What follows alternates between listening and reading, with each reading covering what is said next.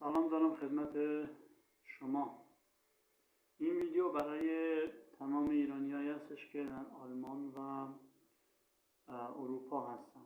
برای کانادا آمریکا شاید باشه منظور من. به من بگین که چرا با هم دیگه دشمنی داریم. من ساکن آلمان هستم و حدود 15 سال هستش که از ایران خارج شدم و تا امروز با هیچ ایرانی کنتاکت نگرفتم به اون شکل و خوشبختانه تا حالا مشکلی برای من پیش نیومده زیاد. سوالم اینه که شما چرا با هم دیگه مشکل دارید؟ درگیریتون چی هستش؟ من تو خیابون راه میرم مثلا میدونم که مهاجر تازه وارد هستش توی اومده آلمان، یه جوری من نگاه میکنه انگار که من ارث باباشو خوردم مثلا یا نمیدونم چی هستش. این تنفر رو نمیشه گذاشت کنار متاسفانه، چون ریشه در فرهنگ ایرانیا داره و اینطوری هستش. تا طرف میاد اروپا، من دیدم توی یک کمپی بوده 4 تا خانم، 4 تا فامیلی به اصطلاح با هم دیگه دست به یکی کردن جلوی چشم من. طرف به شوهرش میگفت دیگه راه من از تو جدا، دیگه رسیدیم اروپا. یه بچه 14 ساله هم داشتم و اونا رفتن کل، اینم موند توی شهر فکر کنم برای هسن بود اونجا، دیگه موند اونجا و دیدم چه سرنوشتی داره اینا.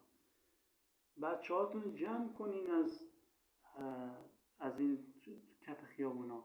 یه دخترها میبینم سیگار داشتین، ماریجوانا میکشن، مشروب میخورن. بچه های خانواده ایرانی خیلی بخشین همجنسگرا شدن، بیادب شدن، بی اخلاق شدن، تو کف خیابونا هستن، با آلمانیا میچرخن، با اروپایی‌ها و روسا و این بلغاریا میچرخن، همه قلیونی و معتاد و مشروبی. و بچه هاتون جمع کنین از اروپا. چی کار میکنین؟ خوشبختانه من تا حالا ازدواج نکردم و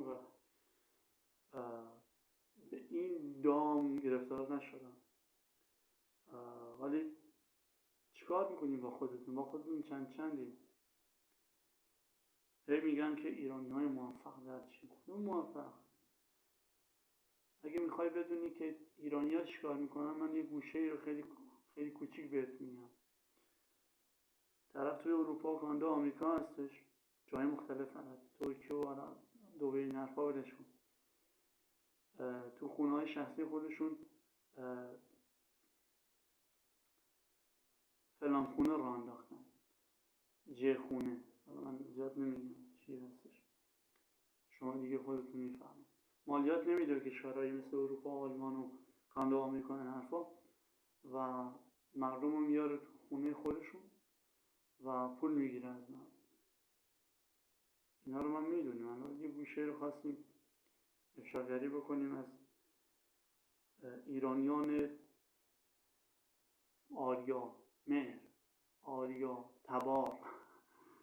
کوروش بیدار نشون که اگه بیدار بشید یه ساعت بدونی که ایرانی جماعت چیکار میکنه توی اروپا و کانادا و آمریکا و شرق عربی، سکته میکنی میمیری. بیدار نشو کوروش.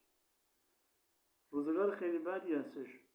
با خودتون چندین طلاق میدین از هم دیگه. زنا توی هایمای خانوما هستن، مردا تو هایمای مردا هستن، بچه هاتون کف خیابونا معتاد شدن، همجنسگرا شدن. توی تظاهرات میرین، پرچم فلان رو بلند میکنین، تظاهرات تموم میشه فحش و فضاحت به هم دیگه میگین. چی کار میکنی با خودتون؟ چندین؟ امیدوارم که از خواب غفلت بیدار بشین که خیلی خیلی مونده، حداقل باید یه 200-300 سال دیگه بگذره تا ایرانی خورده به خودش بیاد که چیکار کرده در طول این چند قرن. خورده به خودتون بیانی، خورده از این خواب غفلت بیدار بشین و یه درصد همدیگر رو اکسپت کنیم، قبول کنیم. خواهش میکنم ازتون. من تو خیابون میبینم طرف با طرف صحبت نمیکنه، اصلا نه چی هم نیست، شاه همه اینطوری هم. طرف میاد اروپا، این کلتور شده برای ایرانی جماعت. حداقل از اون همه کارتون خواب و بچهای چیز شدن بعد میگن که چرا ایرانی جماعت توی اروپا چی نمیشه، توی کانادا آمریکا چی نمیشه. یک ملتی هستش که همه با هم دیگه درگیری دارن، متنفرن از هم دیگه. فقط اینه که زنها و دختراشون که هستش ایرانی زیرخواب به قولی هندی و افغانی و آفریقایی و چشاپی این حرفا هستش. از شوهرش جدا میشه، میره برای گرفتن حقوقش و آزادی بیان و این حرفا، آزادی عمل. مرد که میره دیسکو، میره جیخونه و این حرفا، بچه ها معتاد شدن تو کف خیابونا، عرقی و مشروبی و معتاد و دزد و چاقوکش شدن دیگه. همینه دیگه. کوروش بیدار نشو که بیدار بشی یه نیم ساعت ببینی چه خبره، یعنی سکته میکنی میمیری. بیدار نشو.